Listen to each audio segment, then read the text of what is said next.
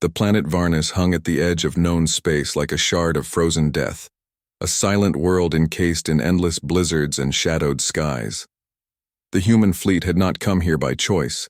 They had stumbled upon it in retreat, their ships limping and burning after the Dominion offensive at the Helion Rift. Commander Rian Holt had ordered the emergency descent when their engines failed, not realizing that Varnis was more than a dead rock. It was a place the Dominion had long marked as forbidden. Now, 3 weeks after the crash, his surviving soldiers clung to life amid ice canyons where the wind could flay skin and tear apart armor joints. Every breath was agony, every movement a whisper against the silence of eternity. The storms were constant, roaring walls of white that turned day into an endless dusk. Their last transport, the Rook, lay buried beneath 50 meters of snow, its reactor frozen solid. The few functioning drones scouted the area but returned corrupted, their feeds filled with static and haunting shapes that moved in the fog. The first night, Holt thought it was just the storm playing tricks. The second, they lost Private Lennox. His heat signature vanished from the tracker, one moment there, the next swallowed by something beneath the ice. Holt had sent a team after him. They came back with nothing but a helmet, split in two, its interior laced with crystallized blood that steamed faintly even in sub-zero cold. That was the first sign that Varnis was wrong. The planet didn't just freeze, it devoured. Sergeant Kira Day was the first to say what everyone feared to admit. It's alive down there. Holt didn't answer, but he felt it too. At night, the ground trembled, subtle and rhythmic, like the pulse of a massive creature sleeping beneath the crust. The scanners couldn't explain the energy readings that flickered beneath their feet. They weren't geothermal nor mechanical. They were biological. On the 6th day, Holt ordered them to relocate their camp to higher ground. They moved through, the whiteout storms in silence, their lights swallowed by the wind, their boots sinking into layers of snow that sometimes gave way to glass-like ice revealing dark shapes far below. Frozen bones, metallic structures, or perhaps something older. Then just before dawn, Private Solari screamed. Holt turned to see him half submerged in the snow, thrashing, his armor dissolving as a translucent form coiled around him. A massive beast like nothing they had ever encountered. Its skin shimmered, like liquid crystal, its mouth a fractal of ice shards, its body semi-transparent and lit from within by a faint blue glow.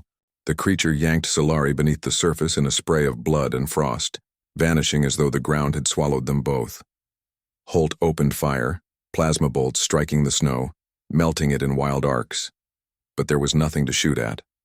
Only silence and the faint vibration that echoed beneath his boots moving away. From that moment, the men stopped sleeping. The Dominion had engineered many horrors during the war. Biomechanical leviathans, psionic drones, flesh machines that could think. But these were different. These were older. They're war beasts, Kira whispered as they studied the limited footage captured by the drone. A blur of motion beneath the snow, multiple appendages, crystalline structure, unknown origin. Not Dominion tech, not ours either. Holt nodded grimly. Then they belonged to Varnis. That night, as the storm broke for the first time, they saw the full planet for what it was. An endless ocean of frozen plains, glittering under twin suns that gave no warmth. The auroras shimmered across the horizon, painting the sky with strange, shifting symbols. Holt stared at them for hours, unable to look away. They were too perfect, too deliberate. It was as if the planet itself was writing something in light. He realized with a chill that the patterns were changing, aligning with the heat signatures of their camp. Varnis was watching them. The next day, the ice cracked beneath their shelter. The sound was immense, like the groan of a dying god. They fled, running toward the cliffs where the mountains pierced the horizon. Behind them, the fissure widened, swallowing tents, supplies, and the corpses of the fallen. Holt looked back only once, and saw something moving in that abyss, something vast, crawling upward. It was not a single creature but many, their bodies merging and dividing like living glass, their eyes glowing with faint intelligence. He fired into the chasm, but the plasma only reflected off the ice, scattering light like diamonds. Then came the sound, a deep resonant hum that made their implants spike in pain. It wasn't a roar, it was communication. The beasts were speaking, but not in sound, in frequency, in data, in psychic vibration. The soldiers screamed as their neural links overloaded, their eyes flashing white as the signal invaded their minds. Kira managed to rip her implant out before it could fry her brain. "They're tracking us through our tech," she shouted, blood running down her temple. "They're hunting our thoughts." Holt realized then that the beasts were drawn to what humanity had become. Their enhancements, their synthetic minds, their arrogant attempt to merge with machines. These creatures were purging corruption from their world, cleansing intruders who carried the spark of another intelligence. He ordered everyone to shut down their implants and revert to analog systems, but it was too late. The ground trembled again, and the snow erupted in a storm of white shards. A massive beast rose before them, taller than a dropship, its translucent body shimmering with internal light. It roared, and the air itself froze solid. Holt fired until his rifle overheated, plasma bolts carving holes through its form. But the creature did not bleed, it simply regenerated, its wounds closing with soundless grace. The only thing left was to run. The survivors stumbled into the mountains, the wind cutting at their faces, the beasts pursuing silently beneath the snow. The soldiers began to turn on each other, paranoia taking hold. They accused Holt of leading them into a death trap, of hiding something about this world. But he had nothing left to hide. He was just trying to keep them alive. Then, on the 9th night, while sheltering inside an ice cave, they found it, a wall of ancient metal buried in frost, etched with alien glyphs that pulsed faintly when touched. It wasn't just a cave. It was the entrance to something older. "What is this?" Kira asked, her breath trembling. Holt stared at the symbols, feeling them resonate in his skull. "A warning," he said softly, "or a grave marker." Outside, the storm stopped for the first time in weeks. The silence was worse than the wind. And then from far below came a low rhythmic vibration, the sound of hundreds of war beasts moving in unison, converging on their location. Holt raised his weapon, his frost-bitten fingers tightening on the trigger, and whispered the only words that mattered. "Hold your ground." The cave swallowed them in silence, the only sound the rasp of their own breathing and the faint hum of the alien metal embedded within the ice. The structure they had discovered was vast, stretching deeper into the mountain than their scanners could measure. Though those devices were of little use now, Holt had ordered them destroyed to avoid detection. The walls were alive with faint pulses of blue-green light that throbbed in sync with the distant tremors of the planet. Kira knelt beside one of the glyphs, tracing her gloved fingers over its glowing edges. "This isn't Dominion," she whispered, her breath fogging against her visor. "This language predates the war. Hell, it might predate everything we know." Holt didn't answer. He was staring into the depths where the tunnel curved downward, where the light seemed to breathe. He felt a low vibration in his chest, a resonance that wasn't physical but mental, a whisper at the edge of hearing. It wasn't words, not yet, but intent. The beasts were communicating again, not through the air, but through the structure itself. The walls carried their thoughts like veins, carried blood. Kira stood and approached Holt. "We can't stay here. This place is calling to them." But Holt shook his head. "It's more than that. It's controlling them." The realization hit like cold fire. The beasts weren't mindless predators. They were guardians, extensions of something buried beneath Varnis, something ancient that used them as instruments. The planet wasn't alive by accident. It was a construct, a machine of flesh and frost. He told the squad to prepare for descent. If they were to survive, they had to understand what Varnis really was. They began the climb downward, their lights cutting thin paths through the icy dark. The tunnels twisted like arteries, lined with that same alien alloy that hummed faintly under their boots. The temperature dropped the deeper they went, until the ice began to shimmer with faint patterns of movement, shadows drifting behind the translucent walls like things preserved within. The deeper they descended, the stronger the hum became. Some of the soldiers began to twitch, muttering to themselves, their eyes flickering with reflections of distant stars that weren't there. "They're getting into our heads again," Kira said, her voice trembling. "The psychic field's too strong." Holt reached up and switched off his helmet lights, plunging them into near darkness, lit only by the rhythmic pulses from the walls. "Then stop fighting it," he said quietly. "Listen." It went against every instinct, but as they allowed the resonance to wash through them, the fear dulled. The voices weren't screams anymore, they were mournful, ancient like songs from a long-dead civilization. Holt began to understand pieces of what he was hearing. A warning, a memory, fragments of a war that had burned the stars before humanity even existed. The beasts were not the enemy. They were sentinels left behind to guard the prison of something far worse. The structure beneath the ice wasn't a temple, it was a seal. As they reached the chamber at the tunnel's end, the truth became undeniable. Before them stood a colossal sphere half buried in the ice, its surface covered in living metal veins that pulsed like a heartbeat. The air shimmered with heat despite the cold, distorting the edges of reality itself. "It's a core," Kira whispered. "A planetary reactor?" Holt shook his head. "No, a mind." The hum grew louder and a surge of energy rippled through the ice, knocking several soldiers off their feet. The ground shook as cracks spidered across the walls, and from above, faint howls echoed through the mountain. The beasts had found them. Holt turned to the others. "Set up perimeter charges. Buy us time." They obeyed without question, planting thermal grenades along the passageways. The beasts' psychic presence drew closer, a thundering wave of alien will pressing against their thoughts.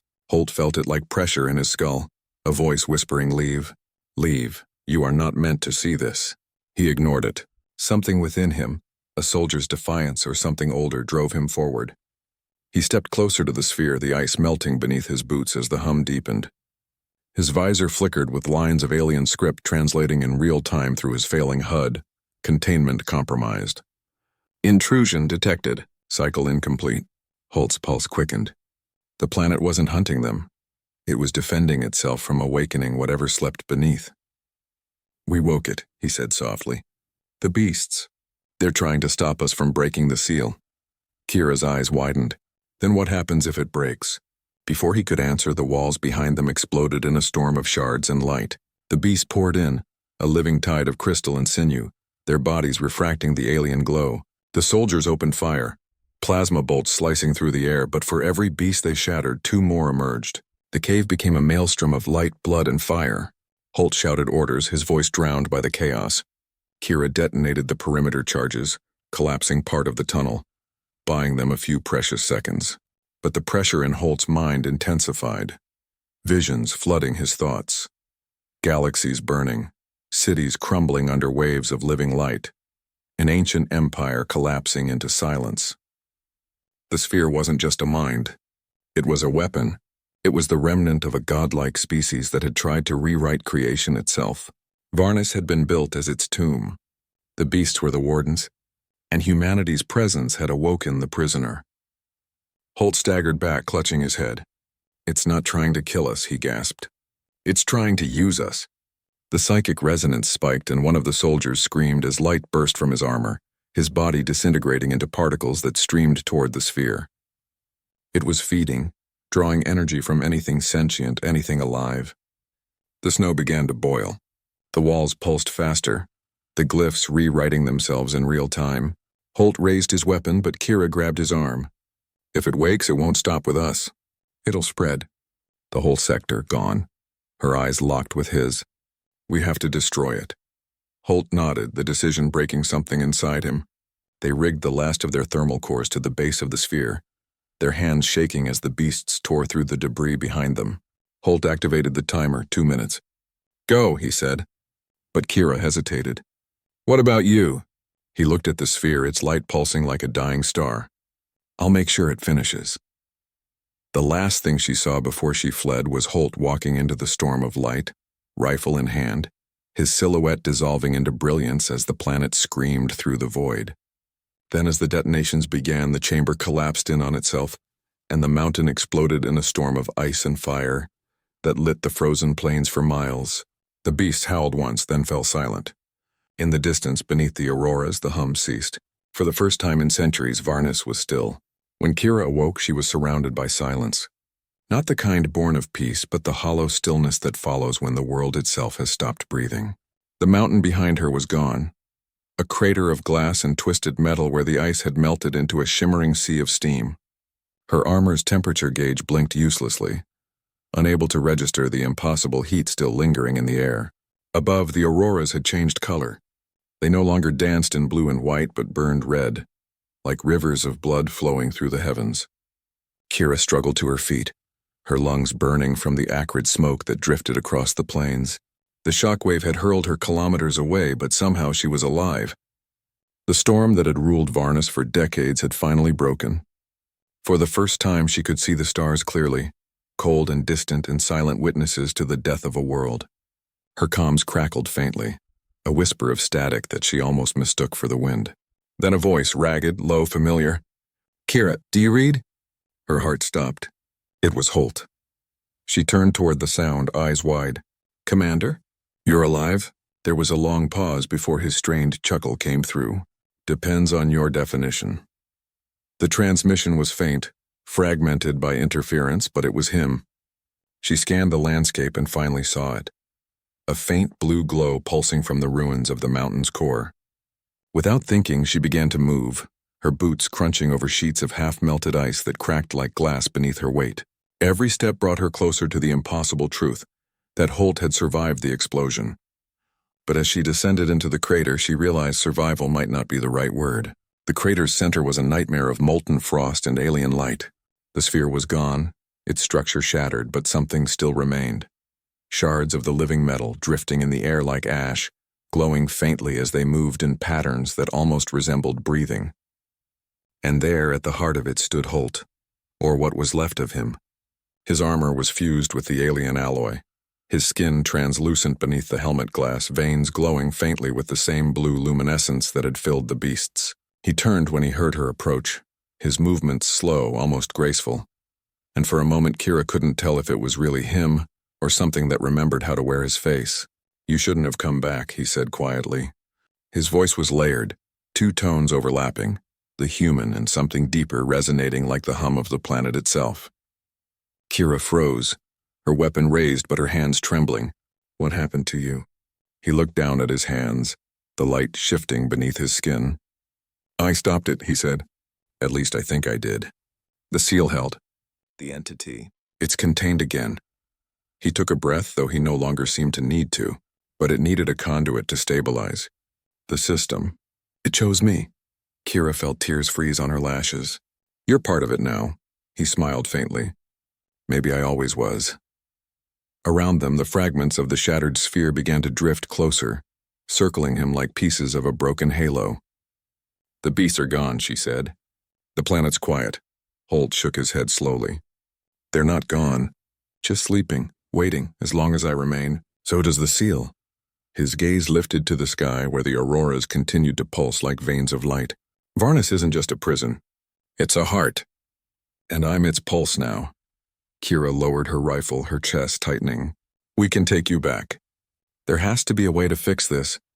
"No," he interrupted gently. "If I leave, it wakes again. And next time, it won't stop with this world." For a moment, neither spoke. The wind began to rise, carrying the faint echoes of the hum, the voice of Varnis itself whispering through the ice. She wanted to argue, to tell him humanity needed him, that they couldn't afford to lose any more of their own. But when she looked into his eyes, she saw the stars reflected there, not as light, but as memory. "You said once," she murmured, "that soldiers don't die until the world forgets them." Holt smiled, and for an instant, she saw the man he'd been before the war, before Varnis, before everything. "Then I guess I'll live forever," he said softly. The ground beneath them trembled, not violently, but like a heartbeat stabilizing after chaos. The red auroras began to fade, returning to their calm blue hue. The air grew colder again, the planet resetting itself into silence. Holt turned away, walking toward the center of the crater where the light gathered. The fragments moved with him, swirling into formation, reconstructing the faint image of the sphere around his body. "Tell them what happened here," he said. "Tell them Varnis wasn't just a battlefield, it was a warning. Holt, go, Kira." His voice was calm, final. "You still belong to the living." She hesitated only a moment longer, then turned and ran, her body numb with cold and grief. Behind her, the light grew brighter, a column of shimmering blue that rose into the sky like a beacon piercing the atmosphere. From orbit, it would look like the planet itself was exhaling. The signal rippled across the void, carrying one last message, a pulse of data, encoded in light. Every human relay in the outer systems caught it, every surviving ship that still listened for hope. When decoded, it contained only 4 words. "The heart still beats." Weeks later, when the rescue ships arrived, they found only ruins. The crater had frozen over again, its surface smooth as glass. No trace of life, no signal, no sound. Kira stood on the observation deck as they prepared to leave orbit, staring down at the world that had consumed everything. The red auroras were gone now, replaced by a calm, pale glow that rippled faintly across the poles like the breathing of something sleeping beneath. She closed her eyes, imagining Holt still there, somewhere below the ice, standing guard over a power older than the stars. She whispered his name once, and for a moment, she thought she saw the aurora brighten in response. Perhaps it was just her imagination. Or perhaps even buried beneath a planet of endless frost, the human heart still found a way to shine. As the ship's engines roared to life and Varnis fell away into darkness, Kira looked out one last time at the frozen world and whispered into the comms, "Rest easy, Commander. You won." But deep beneath the ice, where no light reached, a single human heartbeat echoed once, and the planet answered.